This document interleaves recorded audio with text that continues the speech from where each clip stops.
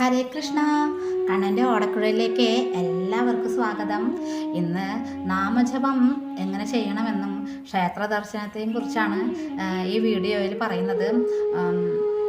നാമജപം ചെയ്യുമ്പോൾ ഞാൻ ചെയ്യുന്ന അതായത് നാമം ജപിക്കുമ്പോൾ നമ്മുടെ മനസ്സ് ഒരു ഭഗവാനിലോ അതുപോലെ തന്നെ നാമജപത്തിലോ കേന്ദ്രീകരിക്കാതെ കുറച്ച് നേരമൊക്കെ അങ്ങനെ ഇരിക്കും. പക്ഷേ കുറച്ച് കഴിഞ്ഞാൽ മനസ്സ് പലയിടങ്ങളിൽ സഞ്ചരിക്കും.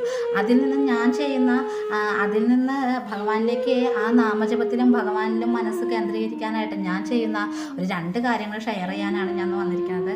ഇത് ഒട്ടുമിക്ക ആൾക്കാർ ഇതുപോലെ തന്നെയാവും ചെയ്യണുണ്ടാവുക. പക്ഷേ ഒരാൾക്കെങ്കിലും ഈ വീഡിയോ കൊണ്ട് ഉപകാരം ഉണ്ടാവുകയാണെങ്കിൽ ആവട്ടെ എന്ന് വിചാരിച്ചിട്ടാണ് കേട്ടോ ഞാനിത് ഈ വീഡിയോ ചെയ്യണത്. അപ്പോൾ നമ്മൾ നാമം ചെല്ലുമ്പോൾ നമ്മളുടെ മനസ്സ് ഭഗവാനിൽ കുറച്ച് നേരമൊക്കെ നിൽക്കുമെങ്കിലും പിന്നെ നമ്മളുടെ മനസ്സ് പല സ്ഥലങ്ങളിൽ അലയാൻ തുടങ്ങും. അപ്പോൾ ഇത് നമ്മളെ ഭഗവാനിലും നമ്മുടെ നാമജപത്തിലും കേന്ദ്രീകരിക്കാനായിട്ട് ഞാൻ ചെയ്യുന്ന ആദ്യത്തെ മാർഗ്ഗം എന്ന് പറയുമ്പോൾ ഞാൻ 16 മാല ചൊല്ലും. അപ്പോൾ ചില ദിവസങ്ങളിൽ അത് 16 എത്തിക്കാൻ സാധിക്കാറില്ല. പരമാവധി ഞാൻ ചൊല്ലാറുണ്ട്. അപ്പോൾ നമ്മുടെ മനസ്സ് നാമജപത്തിലും ഭഗവാനിലും കേന്ദ്രീകരിക്കാനായിട്ട് ഞാൻ ഗുരുവായൂർ അമ്പലത്തിൽ തൊഴുന്നത് സങ്കല്പിക്കും. അങ്ങനെ ആ കൊടിമരത്തിൻ്റെ ചുവട്ടിൽ നിന്ന് ഭഗവാനെ വിളിച്ച് ആ ഇടത് ഭാഗത്ത് നമസ്കരിച്ച് അങ്ങനെ ചെല്ലുമ്പോൾ ഉള്ളിലേക്ക് കയറാൻ നിൽക്കണതിൻ്റെ ആ മുകളിലത്തെ ക്യൂവിൻ്റെ അടിയിൽ ഒരു തൂണിൽ ഒരു ഭഗവാൻ ഉണ്ടാവും കേട്ടോ. ആ ഭഗവാന് തുളസിമാലയൊക്കെ ഇട്ട് നല്ല സുന്ദര മുട്ടപ്പനായിട്ട് നിർത്തിയിട്ടുണ്ടാവും. അപ്പോൾ ആ ഭഗവാനെ ഒന്ന് കെട്ടിപ്പിടിച്ച് ഉമ്മ കൊടുത്ത് ആ കാലത്തിൽ നമസ്കരിക്കുമ്പോൾ ഭഗവാനെ നമ്മൾ ഉള്ളിൽ ചെന്ന് കാണാൻ പറ്റിയില്ലെങ്കിലും എനിക്ക് ആ വിഷമം ഉണ്ടാവാറില്ല. കാരണം ഈ ഭഗവാനെ നമ്മൾ കെട്ടിപ്പിടിച്ച് എങ്ങനെ നിൽക്കുമ്പോൾ എന്തെന്നില്ലാത്തൊരു അനുഭൂതിയാണ്. അപ്പോൾ എനിക്കങ്ങനെ ഒരു അനുഭവം ഉണ്ടായിട്ടുണ്ട്. ഒരു ദിവസം ഞങ്ങൾ തൊഴാൻ വരുമ്പോൾ പടിഞ്ഞാറ് നടക്കിൽ പെട്ടെന്ന് ഇങ്ങനെ ആംബുലൻസും അങ്ങനെ സൗണ്ടും കാര്യങ്ങളൊക്കെ ആയിട്ട് അപ്പോൾ എന്താന്ന് ചോദിച്ചപ്പോൾ പറഞ്ഞു ഒരു സ്ത്രീനെ വണ്ടി ഇടിച്ചു, ആ സ്പോട്ടിൽ തന്നെ മരിച്ചു എന്ന് പറയുന്നത്. അപ്പോൾ ഞാൻ അമ്പലത്തിലേക്ക് വരുമ്പോൾ തന്നെ എനിക്ക് ഭയങ്കര അസ്വസ്ഥതമായിരുന്നു. പേഴ്സണലി എനിക്കൊരു കുഴപ്പമില്ല. പക്ഷേ എന്തുകൊണ്ടോ കാരണം അറിയാത്ത ചില അസ്വസ്ഥതകൾ നമുക്ക് ചില നേരത്തെ ഉണ്ടാവുമല്ലോ. അപ്പോൾ ഇങ്ങനത്തെ ഒരു അശുഭവാർത്ത കേൾക്കാനായിരിക്കാം എനിക്ക് അങ്ങനെ ഒരു അസ്വസ്ഥത തന്നത്. അപ്പോൾ അന്വേഷിച്ചപ്പോൾ ആ സ്ത്രീ അവിടെ ഇങ്ങനെ ആരുമില്ലാതെ ഇങ്ങനെ നടന്നേർന്നൊരു സ്ത്രീയാണ്, അമ്മയാണ്. അപ്പോൾ എനിക്ക് ഭയങ്കര വിഷമമായ എന്താവും ശരിക്കും മരിച്ചാവോ, ഇനി അതിന് മക്കളുണ്ടോ, ഇനി എന്താവോ അങ്ങനെയൊക്കെയുള്ളൊരു ചിന്ത എനിക്കിങ്ങനെ വെറുതെ ആവശ്യമില്ലാതെ എൻ്റെ ചിന്തകളിങ്ങനെ കാട് കയറി പോവുക. അപ്പോൾ എനിക്ക് അമ്പലത്തിൽ ചെന്ന് തൊഴുതിട്ട് എനിക്കൊരു സമാധാനം കിട്ടണില്ല. കൊടിമരത്തിൻ്റെ അവിടെ ഉണ്ട്. അപ്പോൾ ഞാൻ നേരെ എൻ്റെ ഭഗവാന്റെ അടുത്ത് ചെന്ന് ഭഗവാനെ കെട്ടിപ്പിടിച്ചപ്പം അത്ര നേരം ഇങ്ങനെ അസ്വസ്ഥമായിരുന്ന ആ മനസ്സ് ചൂട് പിടിച്ചിരിക്കുന്ന പോലെ എനിക്ക് തോന്നിയിരുന്നു. ആ മനസ്സിൻ്റെ ഭഗവാനെ കെട്ടിപ്പിടിച്ച ആ തുളസി ഇങ്ങനെ ആ തുളസീനെ സ്പർശിച്ചപ്പോൾ എൻ്റെ ഹൃദയത്തോട് ചേർത്തപ്പോൾ എനിക്ക് ഒരു തണവ് അനുഭവപ്പെട്ടു. എൻ്റെ ഹൃദയം ശാന്തമാവുന്ന പോലെ എനിക്ക് തോന്നി. അപ്പം നമ്മുടെ ആ ഭഗവാനെ നമ്മൾ കെട്ടിപ്പിടിക്കുമ്പോഴേ ഭഗവാനെ നമ്മളെ നെഞ്ചോട് ചേർക്കുന്ന പോലെ ഒരു ഫീലിംഗാണ്. അതെങ്ങനെ പറയണമെന്ന് എനിക്കറിയില്ല. അപ്പോൾ എനിക്ക് എൻ്റെ മനസ്സിൽ ഭഗവാൻ എവിടെ ഇരിക്കുന്നത്? നമ്മുടെ ഹൃദയത്തിലാണ് ഭഗവാൻ ഇരിക്കുന്നത്. അപ്പോൾ ആ ഭഗവാൻ നമുക്കിങ്ങനെ തോന്നിപ്പിക്കുകയാണേ, വിഷമിക്കേണ്ട, ആ അമ്മയുടെ ഇങ്ങനെ അലഞ്ഞ് തിരഞ്ഞിട്ടുള്ള ആ ജന്മം, ആ കർമ്മഫലം കഴിഞ്ഞു. ഇനിയൊരു ശ്രേഷ്ഠമായ ഒരു ജന്മം ആ ആത്മാവിനെ ലഭിക്കാൻ വേണ്ടി പ്രാർത്ഥിക്കുക. അല്ലാതെ അതിൽ വിഷമിക്കരുത് എന്നുള്ള ഒരു നമുക്ക് തോന്നും നമ്മുടെ മനസ്സിൽ. അത് ഭഗവാൻ തന്നെ തോന്നിപ്പിക്കാൻ എൻ്റെ മനസ്സ് ശാന്തമായി. അങ്ങനെ അപ്പോൾ എൻ്റെ അനുഭവമാണ് കേട്ടോ അത്. ആ ഭഗവാനെ നമ്മൾ കെട്ടിപ്പിടിച്ച് അങ്ങോട്ട് തൊഴുത് നോക്കിയൊക്കെ നല്ല സന്തോഷമാണ് നമുക്ക് കിട്ടുക.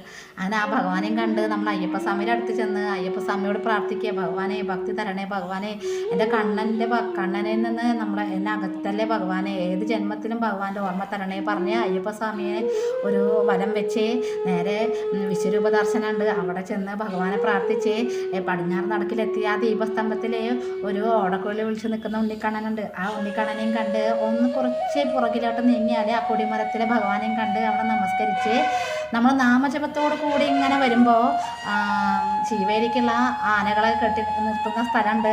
അപ്പോൾ അവിടെ നേരെ തന്നെയാണല്ലോ ഭഗവാന്റെ ഉള്ളമ്പലത്തിൽ നിന്ന് നമ്മൾ പുറത്തേക്ക് വരുന്നത്. ആ വഴി കൂടെ നമ്മൾ ഭഗവാനെയും താമരക്കണ്ണനെയും അനന്തശായിൽ കിടക്കുന്ന ഭഗവാനെയും വിഘ്നേശ്വരനെയും സുബ്രഹ്മണ്യ സ്വാമിനെയും ഹനുമാൻ സ്വാമിനെയും രാധാറാണി അമ്മേനെയും ഒക്കെ അങ്ങനെ സ്മരിച്ച് ഭഗവാനോട് ഭക്തി തരണേ എന്ന് പ്രാർത്ഥിച്ച് നമ്മൾ പുണ്യവും ചന്ദനവും ഒക്കെ വാങ്ങി ദേവിയുടെ അടുത്ത് ചെന്ന് ദേവിയോടും അയ്യപ്പനോടും വെച്ച് അതേ പ്രാർത്ഥന തന്നെ ദേവിയോടും പറഞ്ഞ് ദേവിയെ വലം വെച്ച് വരുമ്പോൾ നമുക്ക് തുലാഭാരം ചെയ്യുന്ന സ്ഥലം കാണാം. അതിൻ്റെ ഓപ്പോസിറ്റ് ആൾരൂപമൊക്കെ എടുത്ത് വയ്ക്കുന്ന സ്ഥലം. അങ്ങനെ ആ തൊട്ടടുത്ത് ഒരു കണ്ണനും കൂടി ആ തൂണുമുണ്ട്. അപ്പോൾ നമുക്ക് ആ ഭഗവാനെയും കൂടി ഒന്ന് കണ്ട് ആൾരൂപമൊക്കെ എടുത്ത് വെച്ച് കുന്നിക്കുരൊക്കെ വാരി പതുക്കെ എങ്ങനെ നടന്ന് വരുമ്പോൾ എൻ്റെ ഒരു മാല ഞാൻ ജപിച്ച് കഴിഞ്ഞിട്ടുണ്ടാകും.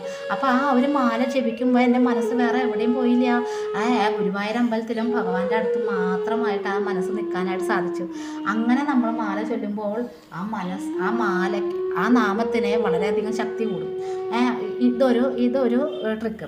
അപ്പോൾ ഇങ്ങനെ തന്നെ 16 മാലയൊക്കെ ചൊല്ലുമ്പോൾ ഇതന്നെ നമ്മൾ ഉപയോഗിക്കുമ്പോൾ മനസ്സ് ചിലപ്പോൾ നിൽക്കില്ല, മാറി ചിന്തിക്കാൻ തുടങ്ങും മനസ്സ്. അപ്പോൾ ഞാൻ വേറൊരു മാർഗം കൂടി, ഞാൻ രാവിലെ എന്നും തൊഴാൻ പോകുന്ന ശ്രീകൃഷ്ണ സ്വാമി ക്ഷേത്രമാണ്. അപ്പോൾ അവിടെ ഞാൻ ചെല്ലുമ്പോൾ ഭഗവാന്റെ നിർമ്മാല ദർശനം എല്ലാം കഴിഞ്ഞ് ഭഗവാനെ ഇളനീരഭിഷേകം പാലഭിഷേകമൊക്കെ കഴിഞ്ഞ് കുളിപ്പിച്ച് നിർത്തിയിട്ടുണ്ടാവും. അപ്പോൾ എന്താണ് ആ രൂപം എന്ന് വെച്ചാൽ 2 ചുറ്റിലുള്ള ഒരു മണിമാല ഉണ്ടാവും, കഴുത്തിലെ അരയിലെ ഒരു മുത്തരഞ്ഞാണം ഉണ്ടാവും. അങ്ങനെ നമ്മളെ കാത്തിങ്ങനെ നിൽക്കുകയാണ് ഭഗവാനെ ആ രൂപം കാണുമ്പോൾ തന്നെ നമുക്ക് സന്തോഷമാവും. അപ്പോൾ ആ രൂപം ദർശിക്കാനായിട്ട് അങ്ങനെ ഒരു ദർശനവും കിട്ടും.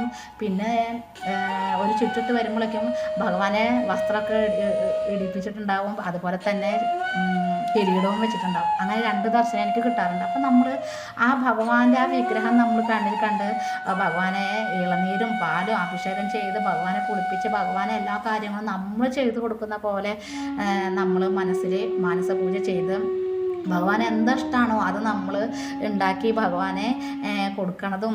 അങ്ങനെ തുളസിമാലയൊക്കെ കെട്ടി ഭഗവാനെ പാദം വരെയുള്ള തുളസിമാലയൊക്കെ കെട്ടി അങ്ങനെ ചാർത്തി കൊടുക്കുന്നതൊക്കെ കാണുമ്പോൾ, അങ്ങനെ നമ്മൾ മനസ്സിൽ കാണുമ്പോൾ ആ നാമജപം ചെയ്യുമ്പോൾ നമ്മുടെ മനസ്സ് ഭഗവാന്റെ പാദത്തിൽ തന്നെ ആയിരിക്കും.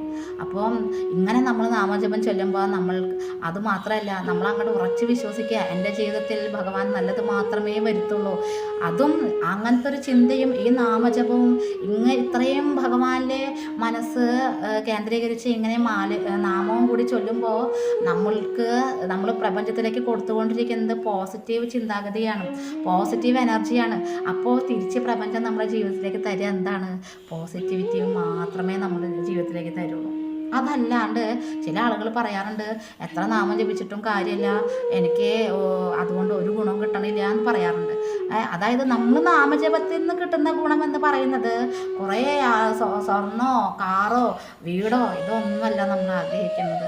നമുക്ക് എന്തൊക്കെ ഉണ്ടായിട്ടും നമുക്ക് സന്തോഷമില്ല, സമാധാനമില്ല, ശാന്തിയില്ല മനസ്സിന്. ഇതൊക്കെ ഉണ്ടായിട്ട് എന്താ കാര്യം? അപ്പം നമുക്ക് ജീവിതത്തിലെ അത്യന്താപേക്ഷിതമായ കാര്യങ്ങളാണ് എന്ത്? സന്തോഷവും സമാധാനവും മനസ്സിന് ശാന്തി. അത് കിട്ടാനാണ് നമ്മൾ നാമം ജപിക്കുന്നത്. അപ്പം ഈ കുറേ ആൾക്കാർ ഒരു ഭാഗത്ത് നിറയെ നാമം ജപിച്ച് ഇങ്ങോട്ട് കൂട്ടും. പക്ഷേ ഇപ്പോഴത്തെ സൈഡിലോ ആളുകളുടെ ലോകത്തിലെ എല്ലാവരുടെ കാര്യങ്ങളും അന്വേഷിക്കാൻ നടക്കും. അപ്പോൾ എന്താ ഉണ്ടാവുക?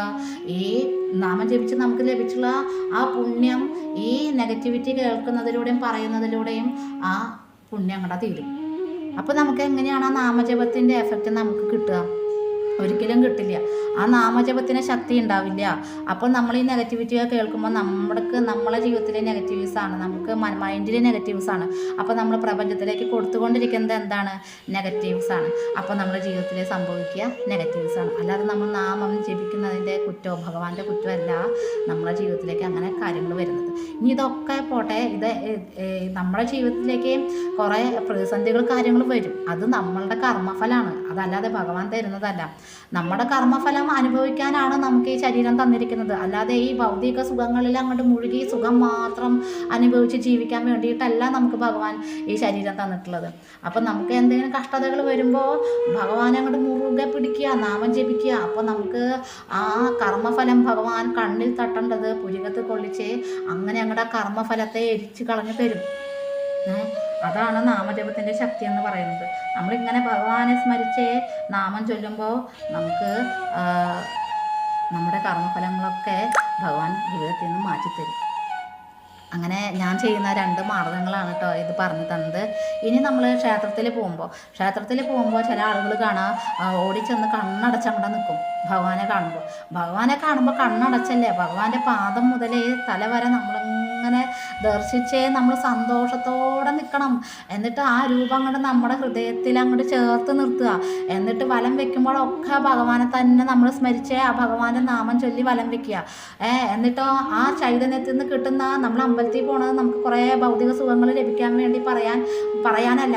ആ അന്നത്തെ ദിവസം നമുക്ക് ആ ഭഗവാനിൽ നിന്ന് കിട്ടുന്ന, ഒരുപാട് ദിവസം നമ്മളിങ്ങനെ വീട്ടിലിങ്ങനെ അടഞ്ഞിരുന്ന് നമ്മളെ നെഗറ്റീവ്സ് ഇങ്ങനെ ബാധിച്ചിട്ടുണ്ടാകും. ആ നെഗറ്റീവ്സൊക്കെ നമ്മൾ അമ്പലത്തിൽ പോകുമ്പോൾ ആ ഭഗവാന്റെ ആ ചൈതന്യത്തിൽ നിന്ന് നമ്മുടെ ശരീരത്തിലേക്ക് പോസിറ്റിവിറ്റി ഉണ്ടാവേ, നമ്മുടെ മനസ്സിലേക്ക് പോസിറ്റിവിറ്റി ഉണ്ടാവേ, നമ്മുടെ ഹൃദയത്തിലേക്ക് ആ ഭഗവാനെ കൂടി പ്രതിഷ്ഠിക്കുമ്പോൾ അന്നത്തെ ദിവസം നമുക്ക് ഹാപ്പി ആയിട്ട് ജീവിക്കാനായിട്ട് സാധിക്കും.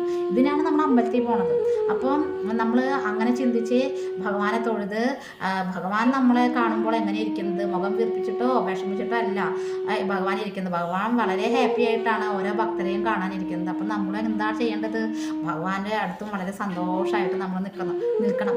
കുറേ പ്രശ്നങ്ങളില്ലാത്ത മനുഷ്യന്മാരുണ്ടോ ഭൂമിയിൽ? നമുക്ക് എല്ലാവർക്കും പ്രശ്നങ്ങളുണ്ട്, വിഷമങ്ങളുണ്ട്. ഇതെല്ലാം നമ്മൾ കരഞ്ഞ് നടന്നിട്ട് കാര്യമില്ല.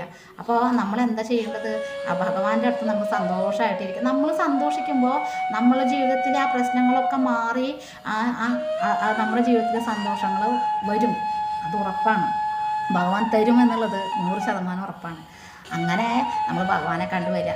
അല്ലാതെ ഭഗവാന്റെ അടുത്ത് ചെന്നിട്ട് കുറേ അറിയുന്ന ആളുകളെ കണ്ടാൽ അവരോട് വിശേഷങ്ങൾ ചോദിക്കുക, അങ്ങോട്ടും ഇങ്ങോട്ട് സംസാരിക്കുക, വീണ്ടും കർമ്മഫലം നമ്മൾ വരുത്തി വെക്കുകയാണ്. ഇത് പാപമാണത്.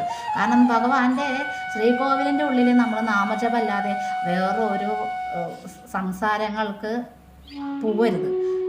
അങ്ങനെ നമ്മൾ സന്തോഷത്തോടു കൂടി ഭഗവാനെ കണ്ടുവരിക. ഇപ്പോൾ ഭഗവാൻ പറഞ്ഞിട്ടുണ്ട് ഭഗവത്ഗീതയിലെ, അതായത് 29ാമത്തെ അധ്യായത്തിലെ 29ാമത്തെ ശ്ലോകത്തിൽ പറയുന്നുണ്ട്, യേ ഭജന്തിതോ മാം ഭക്ത്യാ മയി തേ തേഷു ചാപ്യഹം. ആരാണോ എന്നെ ഭക്തിയോടുകൂടി ഭജിക്കുന്നത്, ഞാൻ അവനിലും അവൻ എന്നിലും വസിക്കുന്നു. അതായത് ഇപ്പം നമ്മൾ പറഞ്ഞില്ലേ, അമ്പലത്തിൽ പോകുമ്പോൾ നമ്മൾ അത്രയും ഭഗവാനെ നാമം ചൊല്ലി ഭജിക്കുക. അപ്പോൾ ഭഗവാൻ നമ്മുടെ ഹൃദയത്തിലാണ് ഭഗവാൻ ഇരിക്കുന്നത്. അപ്പോൾ നമ്മളിങ്ങനെ നാമം ചൊല്ലി ഭഗവാനെ തന്നെ സ്മരിച്ച് അങ്ങോട്ട് ജീവിക്കുമ്പോൾ ആ ഹൃദയത്തിലിരിക്കുന്ന ഭഗവാൻ തെളിഞ്ഞ് വരും. ആ തെളിച്ചം നമ്മുടെ മുഖത്തും കാണാനായിട്ട് സാധിക്കും. മാത്രമല്ല, ഇപ്പോൾ കലിയുഗമാണ്. നമുക്ക് ഭഗവാന്റെ നാമല്ലാതെ വേറൊരു മാർഗവുമില്ല.